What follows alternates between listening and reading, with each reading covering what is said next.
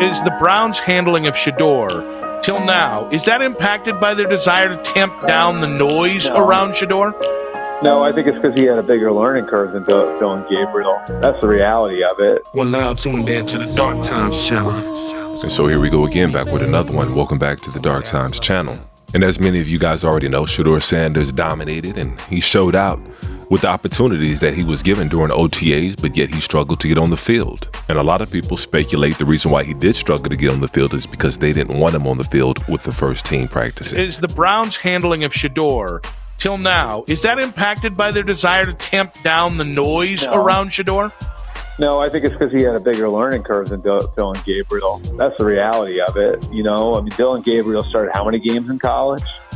Deion Gabriel crushed his pre-draft process. Like, now that doesn't mean there wasn't stuff for him to learn along the way, but I mean, I wrote this back in March and April that there were teams that were like sort of stunned by how little Shedeur knew, you know, relative to what they thought, him being the son of Deion and having played for Pat Shurmur in college, you know, like, so I think Shedeur, and maybe this isn't any fault of his own, but I think Shedeur had a lot more ground to cover than Deion Gabriel did. And so because of that, like, it's harder to put him out there with the first team. You know, again, like, you have to be able to answer to your players in these sorts of things. That's the way I look at it, at least. And, you know, I think, you know, just as far as being in a position to tell your players why you're doing something. If Shedeur's behind, it's harder to give him first team reps. Can you earn those going forward? Sure, but I think the reality is he was pretty far behind to begin with.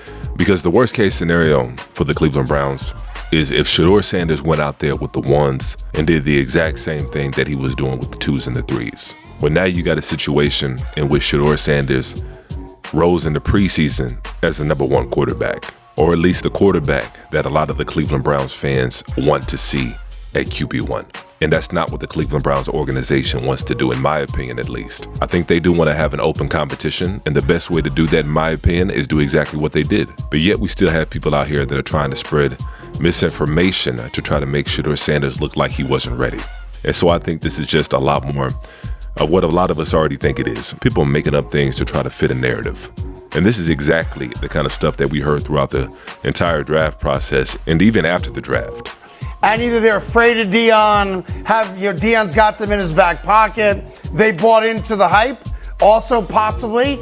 But this is all a Deion creation, right? Well, and look, Shedeur showed you even throughout this process, like a lot of kids his age, not just him, that there's an out-of-control ego, you know, that he's calling himself legendary. Even when he got prank called, right, by the kid, Jax Holbrook, right? Olbrich, the defensive coordinator of the Falcons now, former Jet defensive coordinator, by his son Jax. He says when he thinks he's talking to Mickey Loomis, I've been waiting for you. Like, where the hell have you been? Yeah. Like, he wasn't contrite. He wasn't grateful. He wasn't thankful. He was like, what the hell took you so long? Like, that's real. And, you know, and then the big party in Dallas afterwards with a bunch of rappers, which is great, you know, celebrate being picked. But now it comes down to whether we were right, whether we were wrong, it don't matter. He's now in an NFL camp. And his daddy doesn't get to go with him. And his brother doesn't get to go and document all of it for him. And a lot of this hate stems from Deion Sanders rubbing a lot of people the wrong way, going back to his playing days. He's never been apologetic. Sure to be doused with champagne in a championship locker room. Broadcasters never like it. It burns, it smells, it ruins your clothes. How did that come about, though, that McCarver, like, you had that, I don't know if it's anger. No, it wasn't anger. But you dumped ice water on him. Carver's right here. Right now, here you go. I got a real man, you know that? Yes. You are a real man, Deion, I'll say that. Let me tell you what. Okay. Let me paraphrase. All right. Let me. My mama called me, and she said, "Baby, this guy, I don't know who this dude is talking about. He talking about you like a dog. Who is this guy keep talking about you the whole darn game? What is wrong with him?" And where I'm from, when you make somebody mama mad, you got to handle it. Okay, I didn't know about mom. And I handled it. He's always been the kind of athlete and the kind of person to do it how he wants to do it. He's going to be loud. He's going to be flashy. He's going to be brash. He's going to be all that. And that's what a lot of them hate. And they couldn't get him with the women. And they couldn't get him with the drugs. They couldn't get him with the alcohol.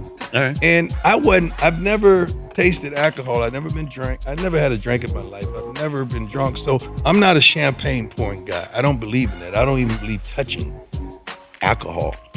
And so this is how they're doing it right here. They're trying to do it through Shedeur Sanders, and they've been trying to do it since day one, but it's not going to work. And talking about Deion Sanders was any less prepared than any quarterback coming out of college to run an NFL offense is ridiculous, because he ran one in Colorado, and Deion Sanders specifically brought in Pat Schumer to make sure that he was going to be ready to run an NFL offense. We want you back out. Can you run and come back? Yes. Run and come back. All right. No, we got to come back. We're going to come back. Listen up. I want you. We're going to be in the so you're going to be in the seat. We'll go vertical backside. Vertical. All right. Who's the at? 14. You in? Who's the Z? I'm vertical. The one he has. I roll my ankle. You ready? Can you catch this go ball? Listen, this is what I want you to do. I feel better. I don't want to think you're going to finish, so you go, then go fast. You know what I'm saying? It's going to take time. Right. Exactly. You need to have a story. Tell him to sell it. 4%.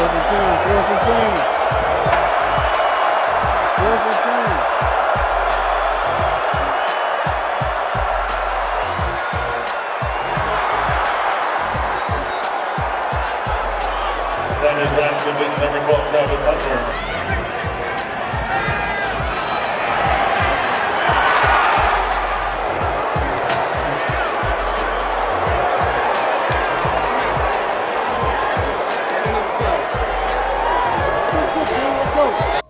And so, yeah, like I said earlier, I don't think Shedeur Sanders was any less prepared than any quarterback coming out of college in this year's draft to run an NFL offense. In fact, if I had to put money on it, I'd say he was probably one of the most prepared quarterbacks coming out of college to run an NFL offense. But that's neither here nor there. Once they suit up, once preseason starts, once he gets in-game reps, that's all going to change, because we're going to get a chance to see what we already know. The rest of the Cleveland Browns fans are going to get a chance to see what they haven't seen before. The players around the league are going to get a chance to see, and the rest is going to be history. There's going to be no more talk, and Shedeur Sanders is going to be allowed to let his play do the talking.